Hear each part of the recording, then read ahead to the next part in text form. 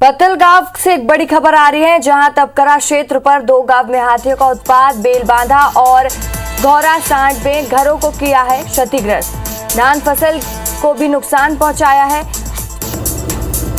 और इसको लेकर किसानों में आक्रोश है। ग्रामीण कर रहे हैं रज्जगा। छत्तीसगढ़ में लगातार हर अलग अलग जगह देखा जा रहा है कि हाथियों का उत्पात जारी है और वहीं इस वक्त पत्थलगांव से खबर आ रही है, जहां हाथियों के उत्पात से किसानों में आक्रोश है। अब तस्वीरों में देख सकते हैं कि किस तरह से हाथियों ने घरों को नुकसान पहुंचाया है। हमारे साथ रमेश जुड़ चुके हैं। जी रमेश, जानकारी दे। लगातार हम देख रहे हैं छत्तीसगढ़ के अलग अलग जगहों पर हाथियों का आतंक दिख रहा है और पत्थलगांव की जो तस्वीर है, जहां पर किसानों में भी आक्रोश है इसको लेकर।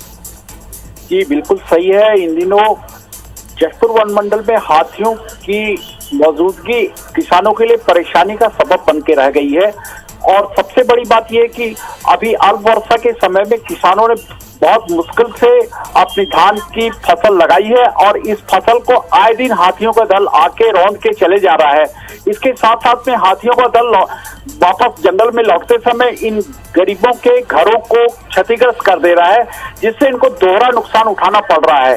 गांव के लोग रात भर रज्जगा करते हैं कि हाथियों को अपने रिहायशी क्षेत्र में न घुसने दें, लेकिन उनके सारे प्रयास विफल हो जाते हैं जब हाथियों का दल गांव भी पहुंच जाता है और लौटते समय वो इनकी फसल को बुरी तरह से क्षतिग्रस्त कर दे रहा है। अब वर्षा की स्थिति के कारण गांव के किसानों को इस हाथियों के उत्पात से और ज्यादा आक्रोश बढ़ गया है। परसाबार का घौरासांड क्षेत्र में आज बीती रात हाथियों ने ऐसा ही उत्पात मचाया। कई किसानों के यहाँ पर धान की फसल को बहुत बुरी तरह से रौंद के वो चले गए हैं। इसको लेके आसपास के सभी गांव में अपनी फसल और अपने घरों की सुरक्षा को लेके जम के आक्रोश देखने को मिल रहा है। ये सबसे बड़ी बात है कि वन विभाग इस मामले में कोई बहुत ज्यादा सहयोग नहीं कर पा रहा है। वो हाथियों को लेके पहले सतर्क करता था, लेकिन इन दिनों सतर्कता वाली भी जो सूचना है वो भी नहीं मिल पाती। इसलिए गांव के लोग अपने आप में ही परेशानी को दूर करने का प्रयास कर रहे हैं। जी, तमाम जानकारी के लिए धन्यवाद आपका।